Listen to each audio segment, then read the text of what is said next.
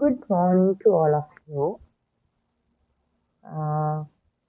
අද මම මේ ඉංග්‍රීසි ග්‍රේඩ් 10 නැෂනල් සිලබස් කරන දූ දරුවන්ට තමයි මේ අද මේ ලෙසන් සීරීස් එක මම ගෙනෙන්නේ.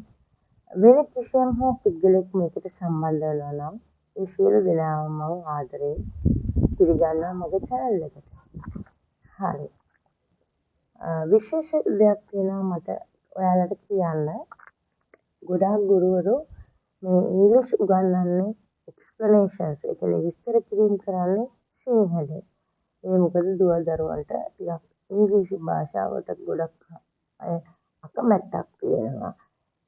එහෙම බය වෙන්න කිසි දෙයක් නෑ මේ භාෂාවට. ඕගොල්ලන්ට මේක සිංහලෙන් කියලා කියනවට වඩා ඉංග්‍රීසි වලටම අහුම්කන් දුන්නොත් තමයි ඒකේ නියම වැලියු එක හම්බෙන්නේ. සිංහලෙන් පැහැදිලි කිරීම කරනවා මම.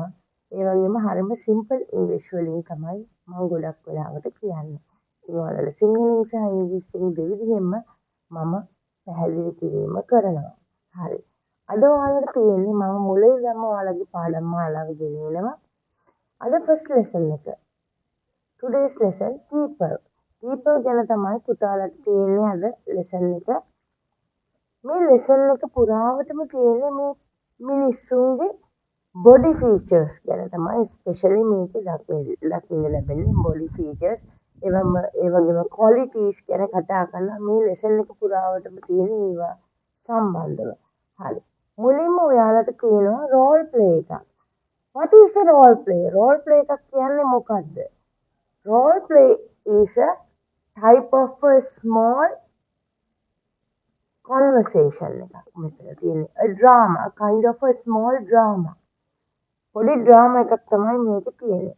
හරි. අපි යමු ඉක්මනටම මේ රෝල් ප්ලේ එකට. මේකේ there are some few characters. There are 4 characters here in this role play.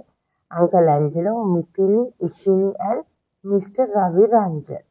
ඔය තමයි මේ characters හතර.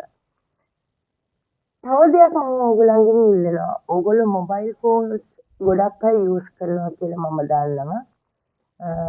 පොත් තියාගන්න ඕනේ නෑ මේවට. මොකද පොත් ඔයාලට එහාට මෙහාට ගෙනියන්න හැමතිස්සෙම නිතරම බැහැනේ. මොබයිල් ෆෝන් එක ඔයා අරගෙන යන නිසා ඔයාලට මොබයිල් ෆෝන් එකේ නෝට්පෑඩ් ඇප් එකේ ඩිෆිකල්ට් වර්ඩ්ස් ලියා ගන්න පුළුවන්. ඔයාලගේ ග්ලොසරි එක හදා ගන්න පුළුවන්. මම මොන හරි ඩිෆිකල්ට් වර්ඩ් එකක් කිව්වම ඒක ලියාගෙන ඊට ඉස්සරහින් ඒකේ මීනින් එක එහෙම නැත්නම් අදහස ලියා ගන්න පුතාලා. හරි right. We are going to do the role play. Read the role play. Uncle Angelo says, hello children, how are you? Hello children, how are you? කියලා Uncle Angelo අහනවා. ඒ කියන්නේ මෙතන greeting එකක් කරන්නේ uncle. hello children කියන්නේ මේ ළමයින්ව පිළිගැනීමක් කරනවා hello කියලා. how are you කියන්නේ ඔයාලට කොහොමද? මෙතන කියනවා hello uncle, we are fine thanks. මිතිරිත් රිටර්න් බැක් එකක් විදිහට හෙලෝ අංකල් කියලා යාට කියලා අපි හොඳින් ඉන්නවා තෑන්ක්ස් කියලා කියනවා. මේ තෑන්ක්ස් කියන එක කියන්නේ යා හෙලෝ චිල්ඩ්‍රන් කියලා කිව්වනේ. ඒ නිසා ඒකට රිටර්න් බැක් එකක් විදිහට තමයි තෑන්ක්ස් කියලා කියන්නේ. ඉෂිනි කියනවා uncle you seem to have changed. you seem to have changed. ඔයා වෙනස් වෙලා වගේ. have changed පුතාලා මෙතන තියෙන්නේ present perfect tense එකෙන් තමයි ඕගලන්ට මෙතන තියෙන්නේ. have දාලා තියෙන නිසා. have දාලා verb එකට ed දාලා. right? seem to කියන්නේ වගේ. Uncle Angelo says, really? How? ඇත්තට කොහොමද? Mithri says, you don't have your beard anymore. What happened? ඔයාට ඔයාගේ උඩු රැවුල මේ beard කියන්නේ උඩු රැවුල. anymore කියන්නේ තවදුරටත් කියන එක. ඔයාට තවදුරටත් ඔයාගේ උඩු රැවුල නැහැ. Uncle Angelo says, I decided to shave it off. මම තීරණය කළා ඒක කපලා දාන්න. ඉවත් කරලා දාන්න. ඉෂිනි, you have changed too. ඉෂිනි, ඔයත් වෙනස් වෙලා. ඔයා කියන අල්පයන්න තමයි මේ to කියලා කියන්නේ.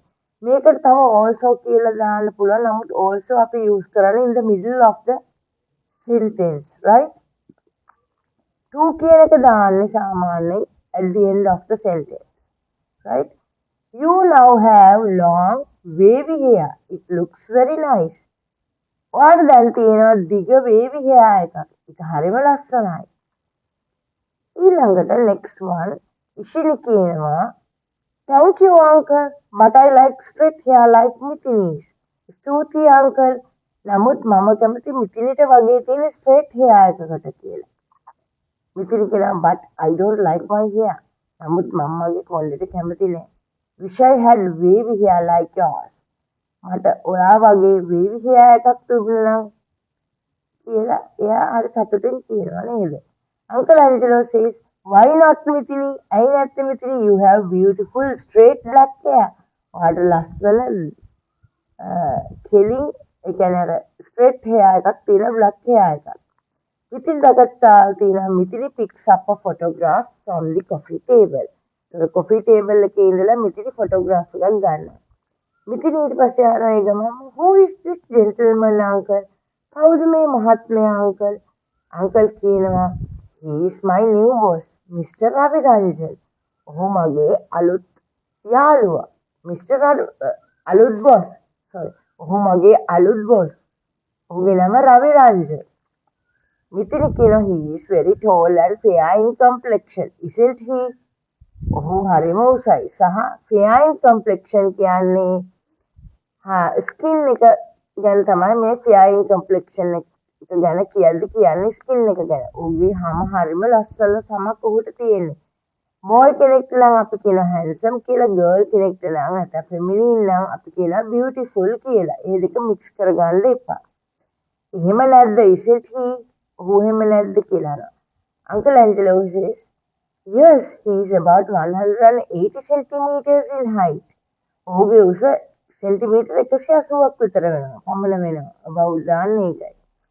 ඉෂිනි කියනවා he looks to be middle aged and well built. ඔහු මැද වයසක කෙනෙක් සහ ඔහු හොඳින් හැදී වැඩුණු ශරීරයක් තියෙන පුද්ගලෙක් කියලා කියනවා. ඔහුට තියෙන හොඳින් හැදුණු වැඩුණු පෙනුම. Mithini කියනවා look he has a beard like you did. බලන්න අංකල්ට කියනවා Mithini බලන්න ඔහුට තියෙන්නේ ඔයාට තිබ්බා වගේ beard එකක් තමයි. and his hair looks very thick and black. ඔහුගේ කොණ්ඩය හරිම ඝනකම් සහ black color එකකින් යුක්තයි කියලා කියනවා. ඊළඟට Uncle Angelo කියනවා that's right. And he has a pointed nose and sharp eyes which makes him look very pleasant. හරියට හරි. That's right කියන්නේ හරියට හරි. And he has a pointed nose. ඔහුට pointed nose එකක් මොහොම දිග නහයක් තියෙනවා. දිග pointed nose එකක් තියෙනවා. සහ sharp eyes කියන්නේ තියුණු ඇස් තියෙනවා. ඒ වලින් විදහා පාන්නේ මොකද්ද ඔහුගේ හරිම ප්‍රසන්න පෙනුමක් තියෙන පුද්ගලයෙක් කියලා. ප්‍රසන්න පෙනුමක් තියෙනවා කියලා. Although he is my boss, he is a very nice man. ඔහු මගේ boss වුවත්, although කියන්නේ වුවත්, he is a very nice man. ඔහු හරිම හොඳ මිනිස්සෙක්. හරි. මේ role play එක තමයි අද අපි කරේ. මම මෙතනින් I am going to wind up this lesson. We will be back on next lesson. Thank you so much for watching and God bless you.